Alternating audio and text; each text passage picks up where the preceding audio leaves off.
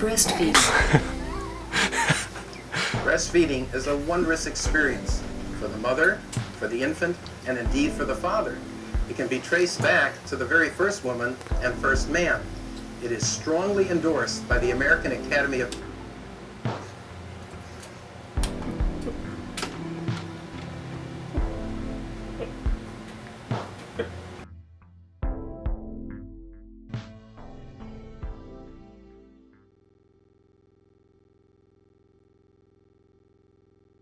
Cars. Not a fan of them myself. Sure, I can admit that they're handy tools of transportation to get from one place to another, but they don't exactly strike me as something interesting, especially in video games. Realistic driving sims have never compelled me, with games such as Mario Kart and Burnout being my preferred form of racer. Forza Horizon 4 isn't just a racing game though. Forza Horizon 4 is anything you want it to be. While the mechanics for a solid racing sim are all there, I'm sure, it's not where I find the game most enjoyable.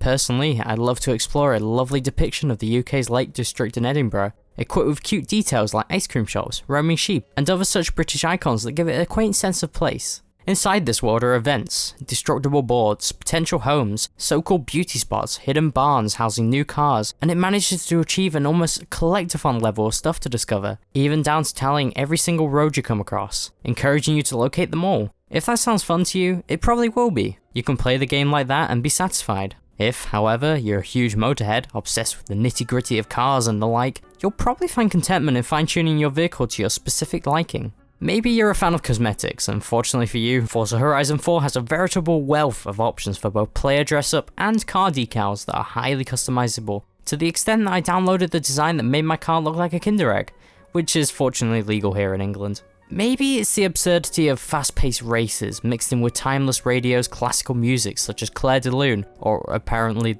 the Halo theme, which I find simply hilarious. Speaking of hilarity, this game makes me laugh often, with tons of corny dialogue and cutscenes, multiplayer shenanigans, or that time my car did a flip when I crashed into a rock. This game is absolutely chock full of things that just work and put a smile on my face, with these absolute spectacles of races called showcases that are astonishing to look at. Pair all of this with the robust difficulty settings which can be personalised to a wonderful degree, making the game as simple or as complex as you prefer, and you have a damn accessible game to find your own fun in. This game appeals to so many people despite me initially brushing it off as just an open world racing game. It's so much more than that.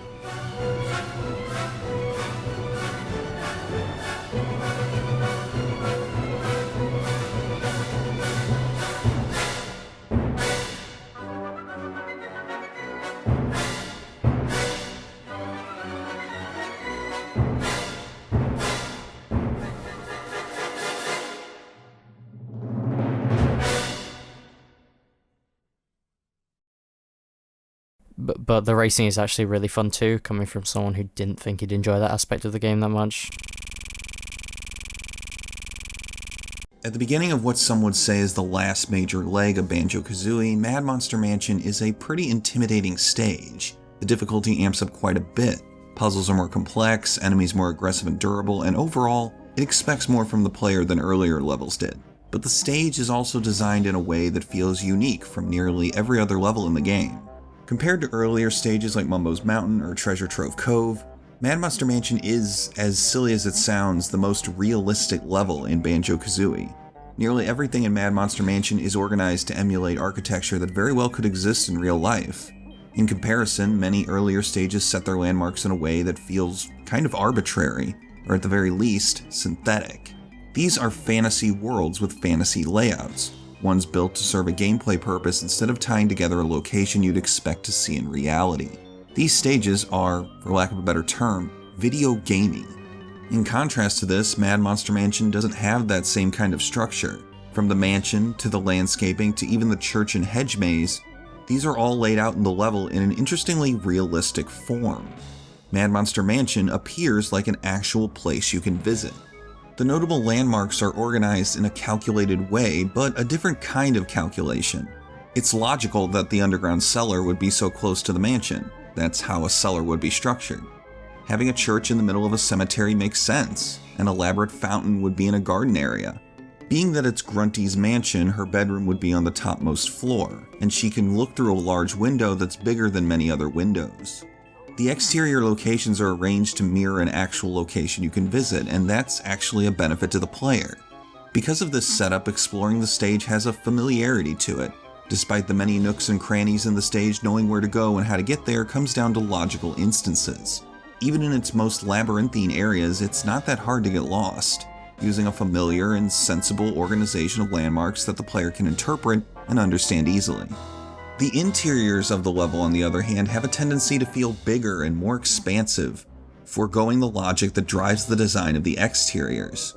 Inside the church, in the mansion's dining room, and even at the bottom of the well are expanded to feel bigger than they would be in real life.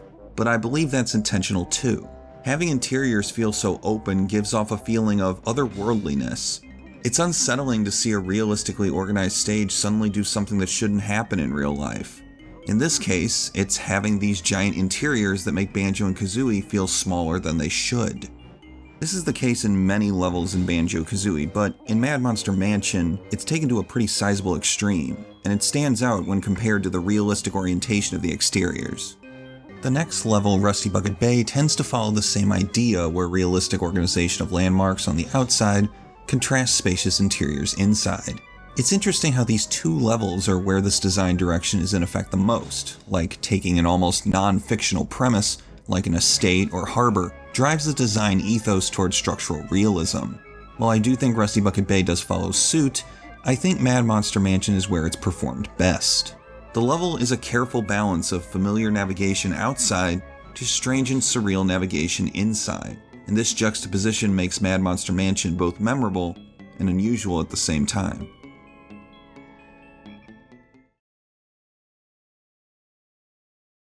Upon its release, Celeste was widely praised for its story, which portrayed the experience of anxiety through its gameplay. The topic of storytelling in games is fairly complex because there are two parallel narratives happening at the same time.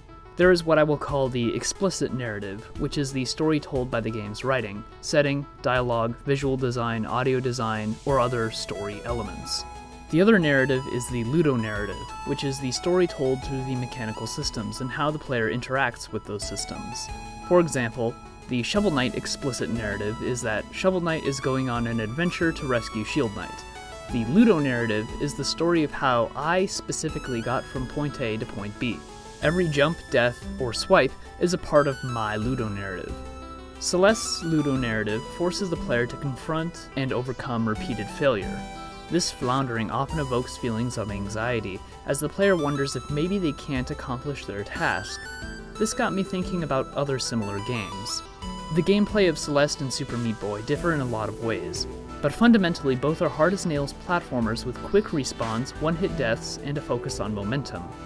Despite their mechanical similarity, one of these games was praised for how its gameplay facilitated themes of overcoming anxiety through gameplay, and the other wasn't. Why is that? Well, I would argue that a game's ludonarrative is viewed and contextualized through its explicit narrative. Priming is a psychological concept that describes an instance where someone's response to a stimulus is altered by a previous stimulus. For example, the Stroop test shows participants a bunch of color names that are printed in a mismatching color of ink. It would take participants longer to read those words than a list of other non-color words.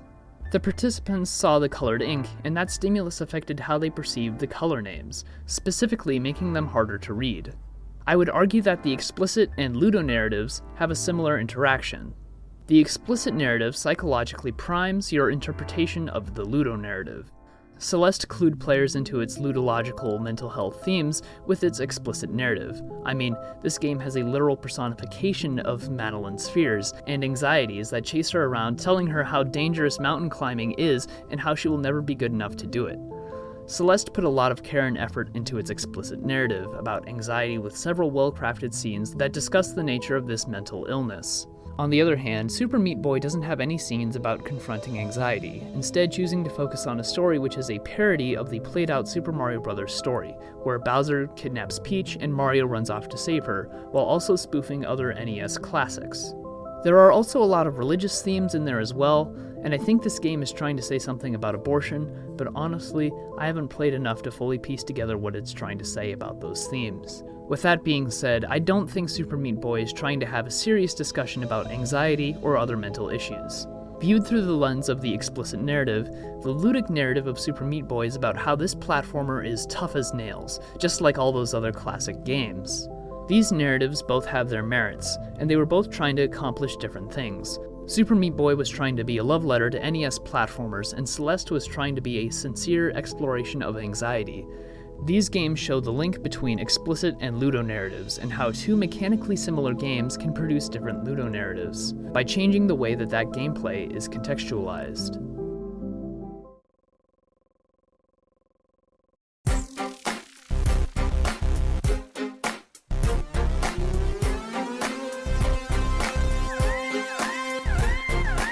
Games are a bit shit. End of.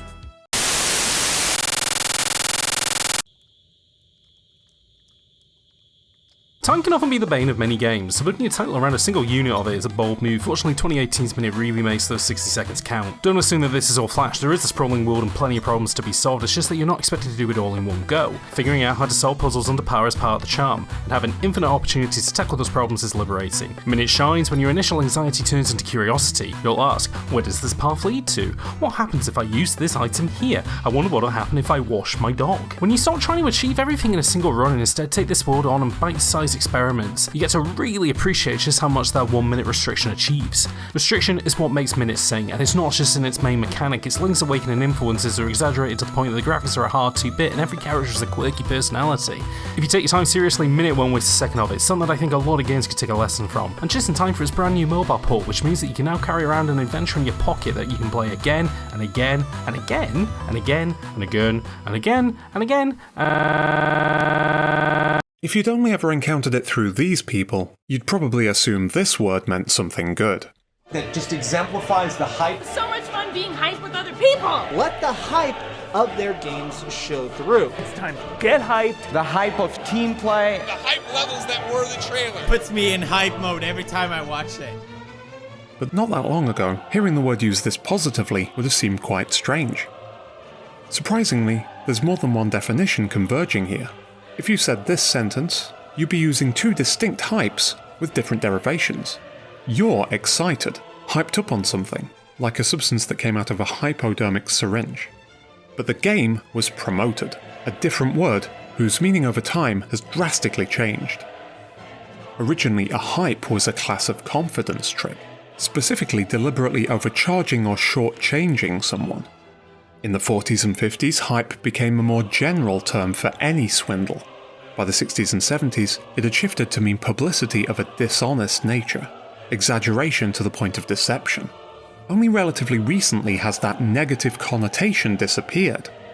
Now, at least in informal use, it's almost completely shed its pejorative overtones, and come to mean publicity in general, with no judgment on its trustworthiness implied. Words don't always mean what dictionaries say they mean. Languages are living organisms, and definitions shift over time. But when a word's meaning changes, it's worth asking why. Is it that the number of people who don't want to think critically about advertising is growing? That doing so will cause us to face unflattering truths about ourselves? Perhaps collectively, to feel better about our culpability in elevating a marketer's pageant to an event watched live by millions, we steered a term of derision into a badge of honor.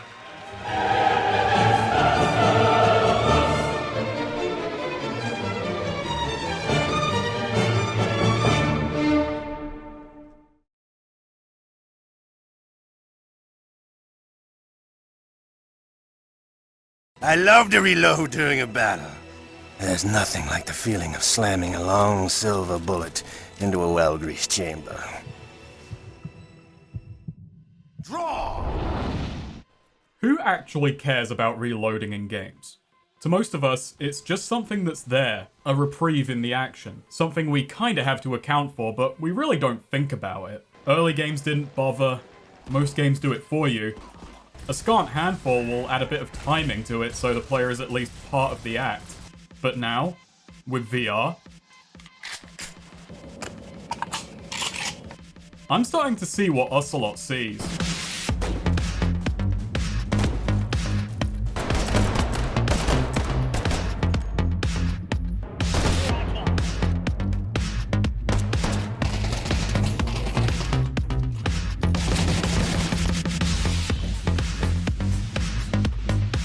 I'm from England. I have never touched a real firearm in my life, and if I leave my house with so much as a butter knife, I'll be a corpse on the BBC News in minutes. But guns are fiddly, I know that. And most games, even milsim games, don't much show that. VR does. Shotguns go from old reliable to something that throws your aim with each shot. A bolt-action rifle is cumbersome. LMGs go from crap, inaccurate and slow to... Nah, never mind, they stay there. And reloading goes from an interruption to an intense part of the action, now a genuine skill just as much as aiming these buggers. In a tight spot, with lead flying, with an enemy trying to reload quicker than you, both of you making the mental switch from shooting to reloading and back again. It's bloody brilliant. Reloading, it can be fumbled. It can be interrupted. It can be sped up. It can be mastered. I love VR, and I love to reload during a battle.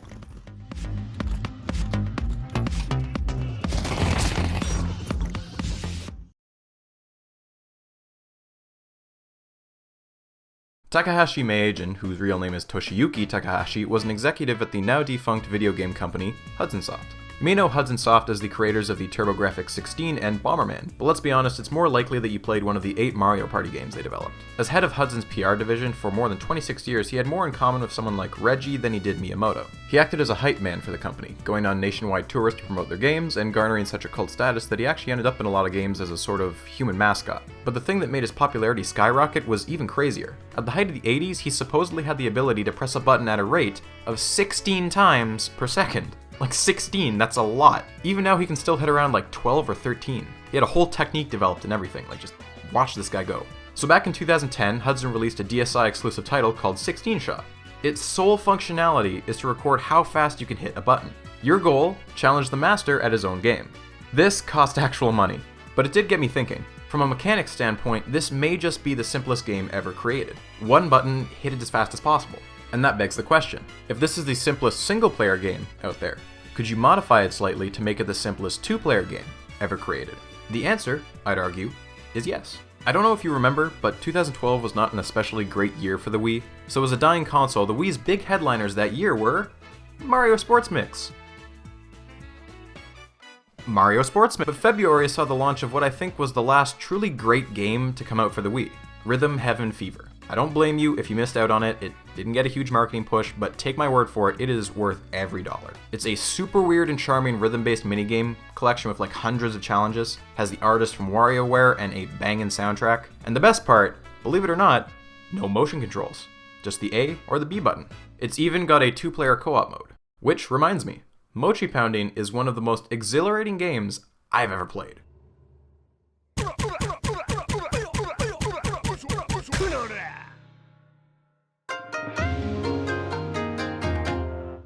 Most of the minigames are based around a constant song and you perform actions in sync to the music, but Mochi Pounding is a side game that is technically endless, meaning you're meant to aim for a high score. Inspired by the traditional Japanese rice dish, each player has a Wii remote and takes the role of a mochi pounder, where pressing the A button will swing the hammer to hit the rice mound. The goal of the minigame is to hit the mound the specified number of times under the time limit of 15 seconds. The catch is that the two players must alternate hits, and the mochi will break if a player hits twice in a row.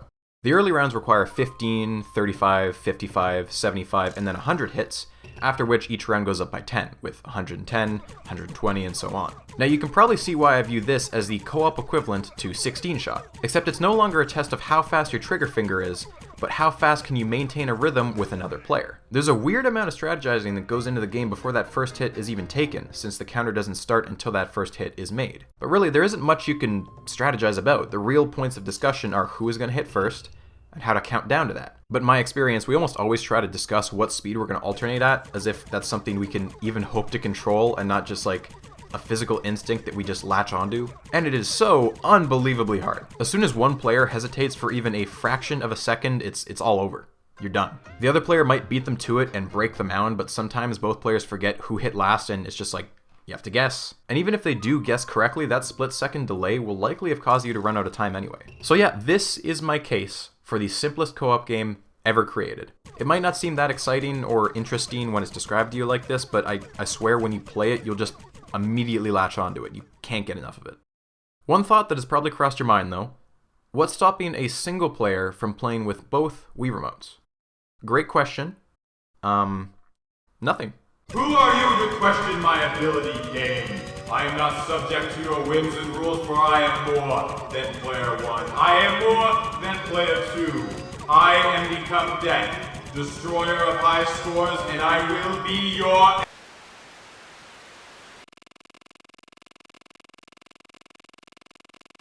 And now for what y'all have really been waiting for in this video, the comic relief. Today presented to you in the form of a dramatic reading of a conversation I had with a porn chatbot across my PlayStation brand video game consoles. I just wanna make it. What? Hey, my real name is Amanda, I'm 21, female, and pretty bored searching for someone to talk to. How old are you? I thought your name was Chelsea. I love chatting with horny people. Would you like to talk now? Where are you from? Uranus. I'm from New Jersey. Can I ask you a question? Sure. Do you get turned on by big booty females with big breast? LOL, but for real, cuz that's what I am/have. So, I've done the math on this, right? And she says she's a big booty female with big breast. But she also says she has... But she also says that she has a big booty female with big breasts. And that makes me wonder, does that big booty female also have a big booty female? Is this like a recursive big booty situation? Because once you get small enough, then is this even a big booty anymore? It's big relative to the size of the big booty female, but compared to this, it calls into question the relative size of this big booty. If this is a relative big booty, then what is this relative to? And she says she's a big booty female with big breasts. So I also have to wonder if she's got one big breast and one normal sized breast, or if she's just got one big breast and the other one is missing for some reason. I can't make heads or tails of it. LOL, but for real, cuz that's what I am/have. Can you handle that? Wow, our relationship is moving so fast. On my way. Do you know what a hoodie is? Would you like to watch me? I'll show you my hoodie. Excuse me. Excuse me, but what the heck is a hoodie? My favorite part of this is that, you know, like, she's not saying hootie. Like, there's a W there. In fact, the W is capitalized. Like, that implies that, like, you have to pronounce that with a breath. Like, you need to feel air coming out of your mouth as you pronounce this word. It's not hootie, it's hootie. Hootie. Like, I don't know, man. And she didn't respond for a day, it looks like, so I answered back, no hoodie? Do you like my hoodie? I don't know what a hoodie is, but I don't see nothing in that picture. Yeah, dude. Nice guitar, too. Give me a minute, I am going to plug in my cam for you, babe. Okay? What? You gonna play that guitar? Go to this website fngirl.com and you will be able to watch me. And at this point, all the fun parts were over. If you'd ever accidentally clicked one of those "you have a message" pop-ups on a website in the 90s, you know how this goes. It tells you to visit a website to continue the conversation and lets you know to have your credit card ready. Okay, I am ready for you now. Nah. What color panties do you think I should wear? I might have your favorite color here somewhere. Brown like caca.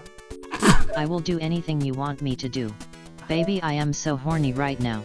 Do whatever you have to come inside.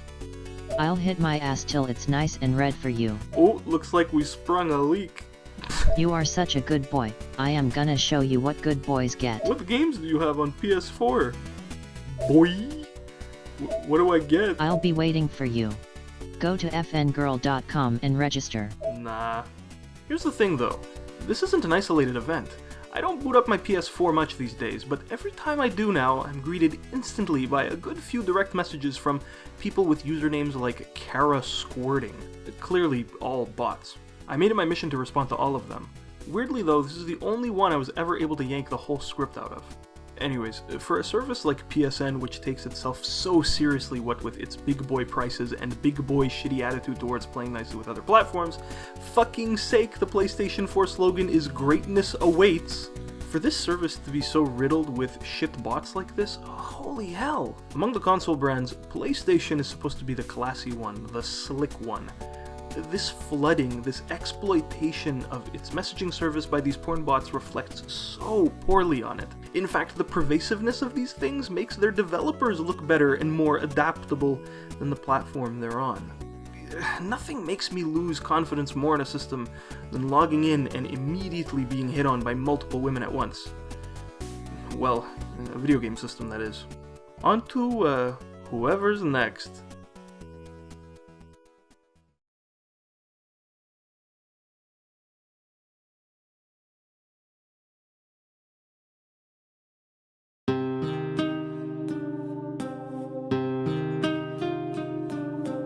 Paratopic is an unorthodox and mysterious game, even down to its title. The term paratopic space refers to the diegetic locations that exist adjacent or beyond the utopic space, which is where the main thrust of the narrative takes place. In other words, the game Paratopic exists entirely parallel to the pivotal events of the main story. This gives the game a palpable sense of intrigue, due to the inability of the player to interact directly with the goings-ons of the central plot. This is akin to putting on a blindfold and being able to feel around a room. The gist of the room can be felt, but the finer details remain elusive. This type of story structure can be disorienting for the player, given how difficult it becomes to understand just what exactly is going on. This is made evident the moment the game starts, as it hard cuts to an abrasive verbal confrontation between the player character, whose identity is not provided, and what appears to be an authority figure, heavily implying that this character has detained the protagonist. Being thrust into this situation with a severe lack of context sets the tone for the rest of the experience. As Paratopic marches on, the perspective switches back and forth between three different characters: a smuggler, an assassin, and a photographer. Yet the game never reveals that this is happening, instead requiring one to pay close attention to the dialogue and other context clues in order to ascertain which of the three the player is currently in control of.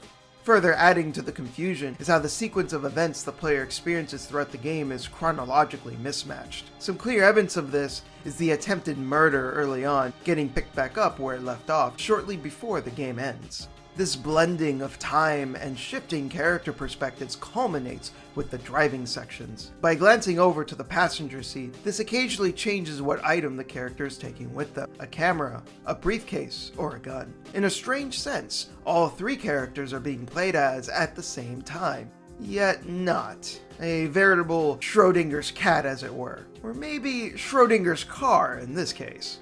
Shrouding the events with this enigmatic form of storytelling goes hand in hand with the game's distorted audio and visual design. Paratopic is coated with a grimy, jagged, and smeared aesthetic, while the characters speak in a muddled, barely coherent muttering, all of which further distances the player from the sense of clarity they crave. It's almost as if the atmosphere itself creates yet another degree of separation between the player and their understanding of the game and its events.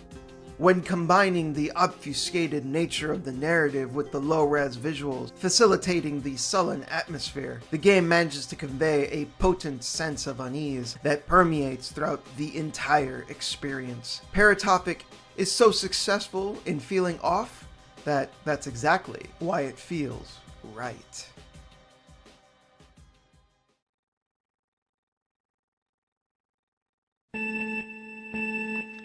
Mario Kart in many ways is bigger than Mario itself. Any given Mario game on a system is frequently competing with or exceeded in sales by that system's Mario Kart, and Mario Kart Wii outsold every single Super Mario game except for the first. It's a shame though, because, like any other popular innovation, Mario Kart had its imitators, and many of them have done Mario Kart far better than Mario Kart.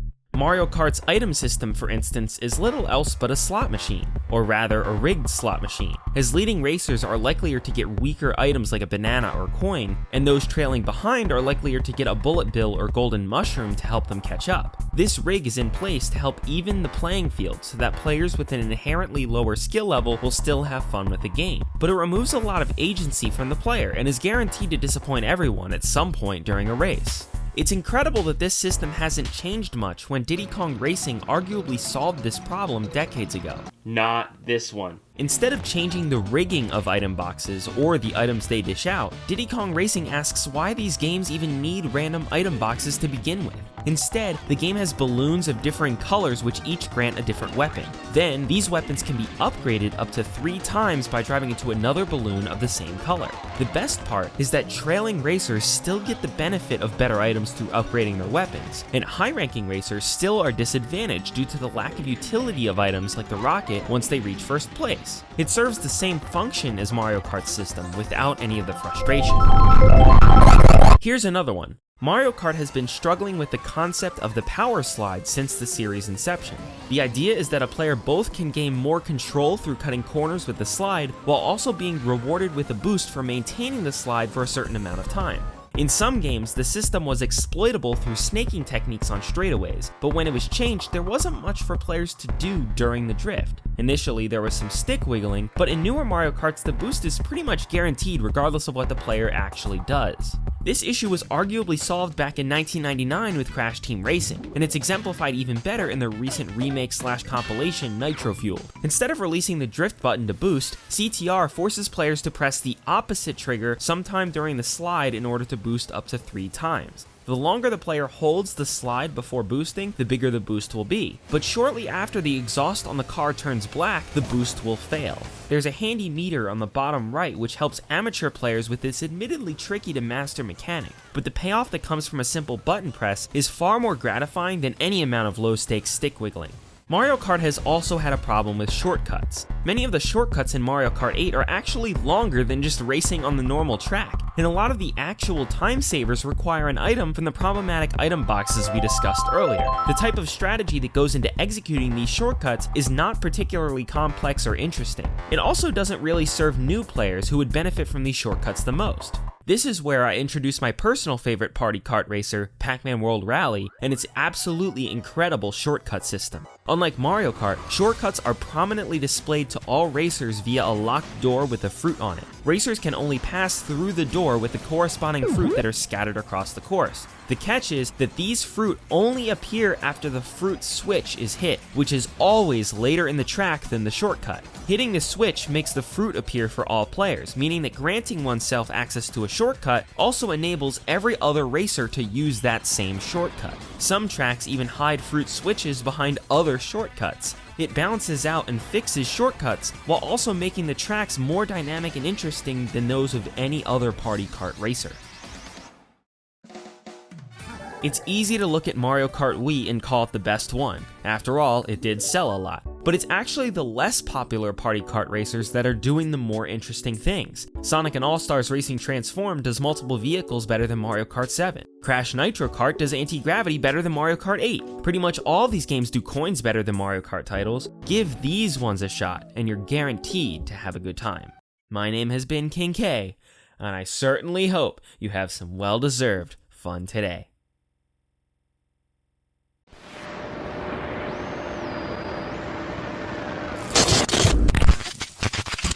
Bethesda games have been in my life for over 15 years, dating back all the way to Morrowind in the distant year of 2003. Since then, I've played every Elder Scrolls game ad nauseum. Thousands of hours sunk into the world of Tamriel, thousands of hours falling in love with how Bethesda makes their games. With that in mind, it's quite surprising to me that I never clicked with the Fallout franchise. I played Fallout 3, a bit of New Vegas, 4, but still couldn't get into the groove of those games.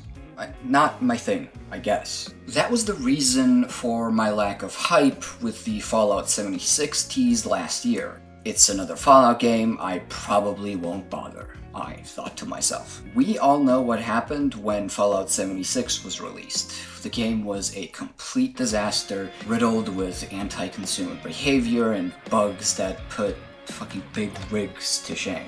It was undisputably the worst game Bethesda ever made, and that's a lot coming from a company that also published this piece of flaming garbage. Unsurprisingly, the internet caught fire. Hating Bethesda was the new thing, and all the cool kids were doing it. Outraged fans berated the company endlessly, saying they'd never buy another Bethesda game ever again. I had quite a different perspective on this situation, however. I wasn't a Fallout fan, so I lacked the feeling of betrayal franchise fans did. But it still kinda sucked that Bethesda fucked up this much. There's one thing that didn't change, however. The cherished memories this company has given me over the years are and always will be with me, and nothing ever can change that. Fallout 76 was a disaster in every sense of the word, and Bethesda deserved every bit of criticism they got from angry consumers. But as fans of Bethesda, I think I can speak on behalf of a lot of players here. We're not just consumers that companies make money off of. We are passionate fans who look at these games as more than just entertainment. They are a source of love and passion for us. They gift us memories and experiences that can change how we interact with other things, other people, and more importantly, ourselves. No company is perfect. Everybody makes mistakes, and if the mistakes of Fallout 76 were the price for a brighter future for Starfield, Elder Scrolls 6, and Bethesda Game Studios in general, I think that was a price worth paying. This was Atmos, and thanks for stopping by.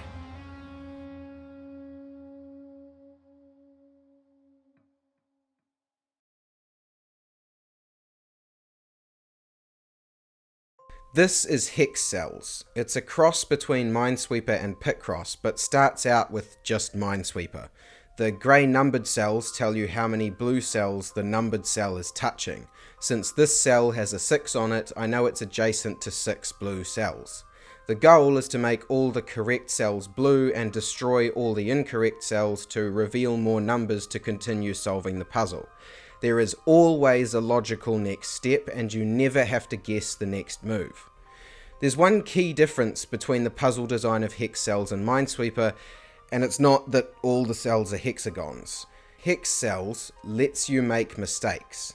Because every puzzle in Hex Cells is intentionally designed instead of randomly generated like Minesweeper, it'd be stupid to kick the player out of a puzzle when they make a mistake only for them to have to start the same puzzle again.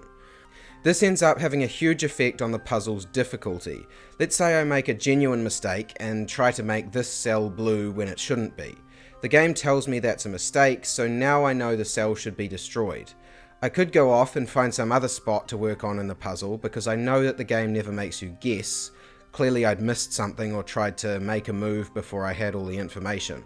But consider this, I know that this cell should be destroyed now. It's the only other option. Assuming I'm genuinely trying here and not abusing trial and error, because why would I be playing a puzzle game, I still might as well destroy this cell. But when I destroy this cell, another number is revealed, another piece of information that contributes towards solving the puzzle.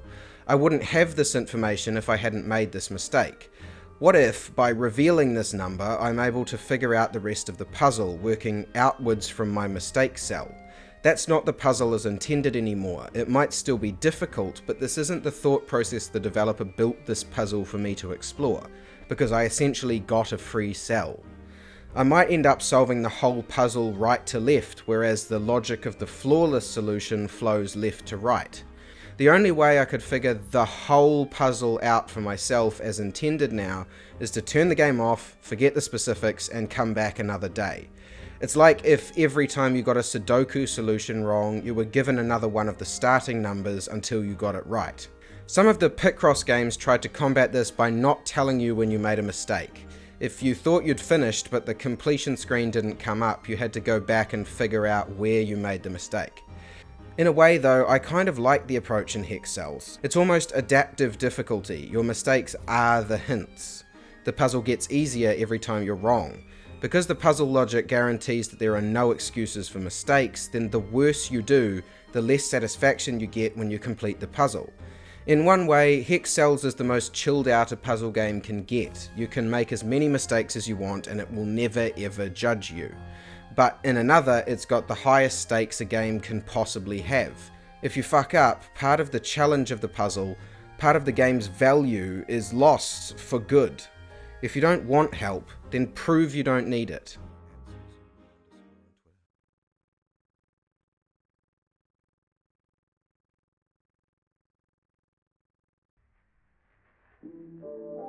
I don't get Banjo-Kazooie.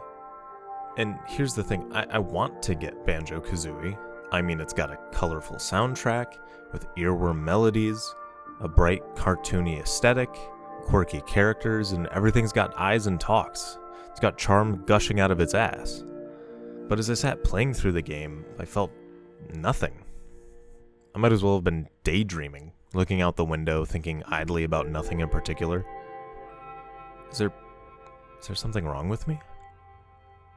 Maybe I'm just not thinking hard enough about the game. Maybe I gotta put on my essayist hat and really sit down to analyze a level. That should get me engaged, right? Alright, let's look at the level I left off last time I booted up this game.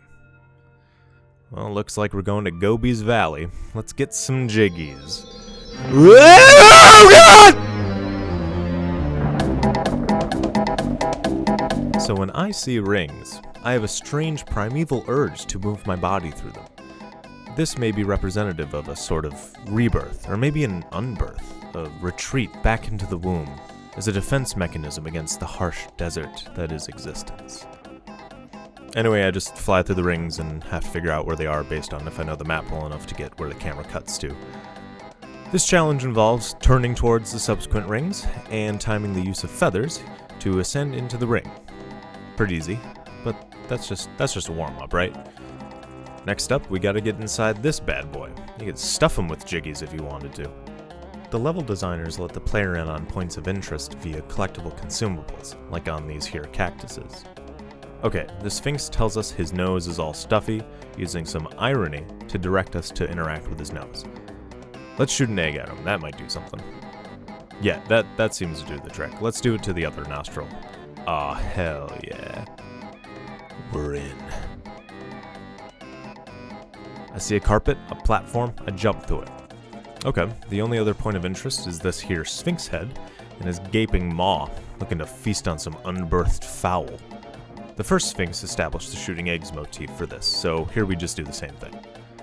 There's a twist though. The platforms only stay in their new position for a limited time. You gotta do a small time challenge to jump between these carpets.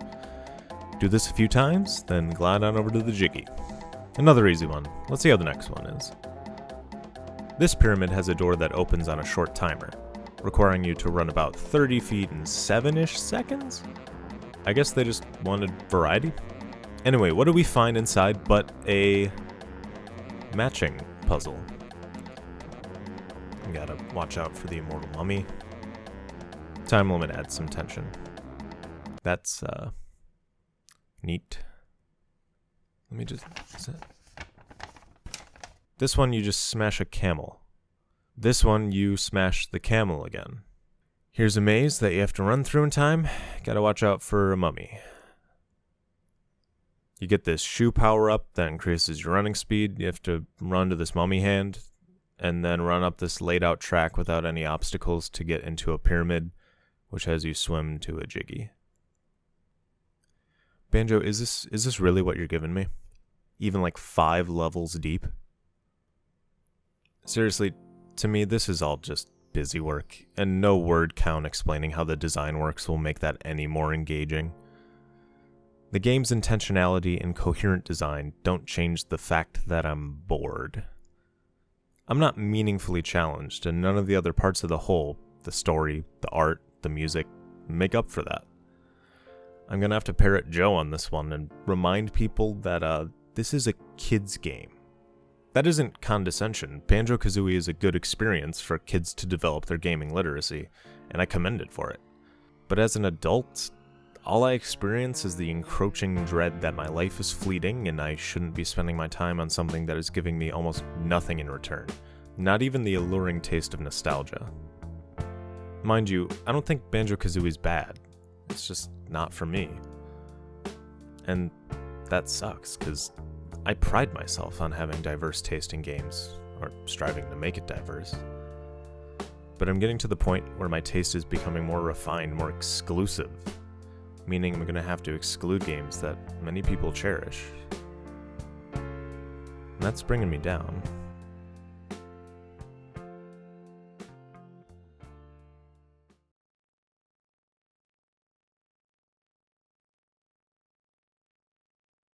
Hey suckers, thanks for watching. Welcome to the end screen! Scrap. Come on, Cranky, take it to the fridge.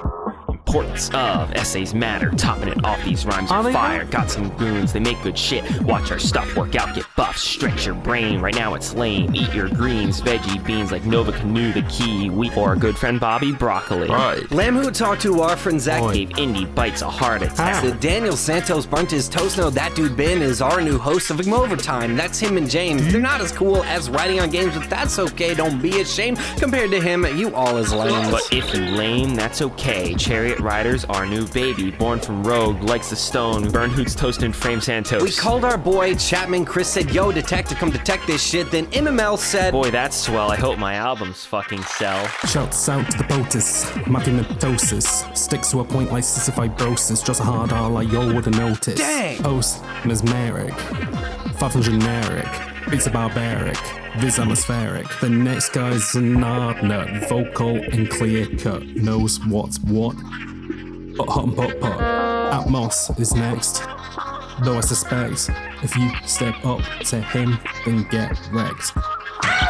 If you want to be a part of our crew, let me lay down a few tips for you. Find a game, upload, make a point or two, bring it back around with a simple conclusion. Add some effects and maybe a tune, render and post straight to YouTube. Promote it on Reddit, and very soon you'll be a prominent voice in Mixtape Part 2.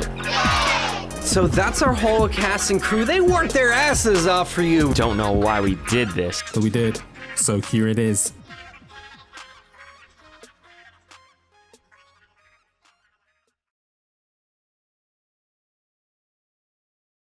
We're gonna make their blood fill the streets. We're gonna paint the houses crimson and watch it turn brown.